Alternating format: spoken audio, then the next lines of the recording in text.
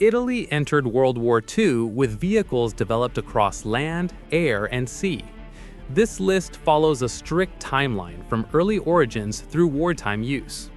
All major Italian military vehicles are covered in continuous sequence. The progression ends with post-war evolution and modern developments. Before World War II, Italy relied on First World War experience and interwar designs. Vehicle development focused on lightweight, limited industry, and colonial warfare. Most platforms entered service during the 1930s. These formed the foundation of wartime use. First, the Fiat 3000 light tank entered service in the 1920s. It was based on the French Renault FT design. By World War II, it was obsolete and used only for training. Combat value was minimal. Next, the L3/33 tankette entered service in 1933. It was lightly armored and armed with machine guns. It was used extensively in Ethiopia, Spain, and early World War II. Its limitations became quickly evident. Then, the L3/35 tankette followed as an improved variant. Armor and reliability were slightly improved. It remained vulnerable to all anti-armor weapons. It stayed in frontline service due to lack of replacements. Up next, the M11/39 medium tank entered service in 1939. It mounted a hull-fixed main gun and turret machine guns. Combat performance in North Africa was poor. Production was limited. Now, the M13/40 medium tank became Italy's primary early war tank. It featured a turret-mounted 47mm gun. Armor protection was inadequate against Allied tanks. It saw wide service from 1940 to 1942.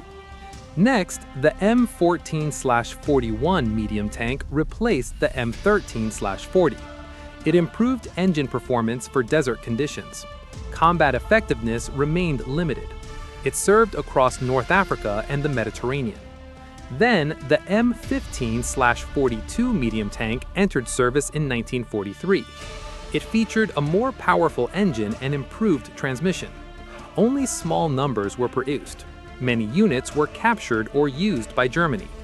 Up next, the P26/40 heavy tank was Italy's heaviest wartime tank. Design began in 1940, with production starting in 1943. Mechanical issues delayed deployment. Most units served under German control. Now, Italian self-propelled guns entered service. These vehicles became more effective than tanks. They were based on existing tank chassis. They provided mobile fire support. First, the Semovente da 7518 entered service in 1941. It mounted a low-velocity 75mm gun. It proved effective against Allied armor. It was widely used in North Africa. Next, the Semovente da 7534 followed as an improved variant. It used a higher velocity gun. Anti-tank performance was improved. Production remained limited. Then the Semovente da 9053 was introduced. It mounted a powerful 90mm anti-aircraft gun. Firepower was high, but protection was minimal. Only a small number were built. Up next, the Semovente da 10525 entered service in 1943. It provided improved armor and firepower. It was considered Italy's most effective armored vehicle. Most units were used by German forces. Now, Italian armored cars widely deployed. They were used for reconnaissance and desert warfare. Mobility was prioritized over armor. They performed well in open terrain. First, the AB-40 armored car entered service in 1940. It featured twin driving positions. Armament was light. It saw limited deployment. Next, the AB-41 armored car became the standard model. It mounted a 20mm autocannon. Mobility and reliability were strong. It served across multiple theaters. Then, the AB-43 armored car followed as a late-war improvement. Armor and firepower were increased. Production began after the Italian armistice. Most units served with German forces. Up next, the AS-42 Sahariana reconnaissance vehicle was introduced. It was designed for long-range desert patrols. Armament varied by mission. It was highly effective in North Africa. Now, Italian soft-skin vehicles supported logistics. They formed the backbone of transport operations. Most were adapted civilian designs. Production focused on simplicity. First, the Fiat 626 truck entered service in 1939. It became the most common Italian military truck. It was used for transport and towing. It served throughout the war. Next, the Macchi A38R heavy truck supported artillery units. It was reliable and widely deployed. Production continued during the war. It remained in service post-war. Then, the Fiat 508 CM military car was introduced.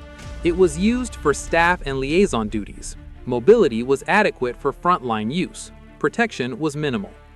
Up next, Italian motorcycles such as the Moto Guzzi Alce were deployed. They supported communications and reconnaissance. They were robust and reliable. They served across all theaters. Now, Italian military aviation evolved rapidly before the war. Aircraft design emphasized speed and maneuverability. Early models were biplanes. Later designs transitioned to monoplanes. First, the Fiat CR-32 biplane entered service in the 1930s. It remained in secondary roles during World War II. It was obsolete by 1940. Limited frontline use continued early in the war. Next, the Fiat CR-42 Falco became Italy's last biplane fighter. It entered service in 1939. Maneuverability was strong, but speed was limited. It saw service across Europe and Africa. Then, the Fiat G50 Freccia entered service as a monoplane fighter. It was Italy's first operational monoplane fighter. Performance was average. Range limitations affected deployment. Up next, the Macchi MC200 Saetta entered service. It offered good handling and durability. Firepower was limited. It was widely used in early campaigns.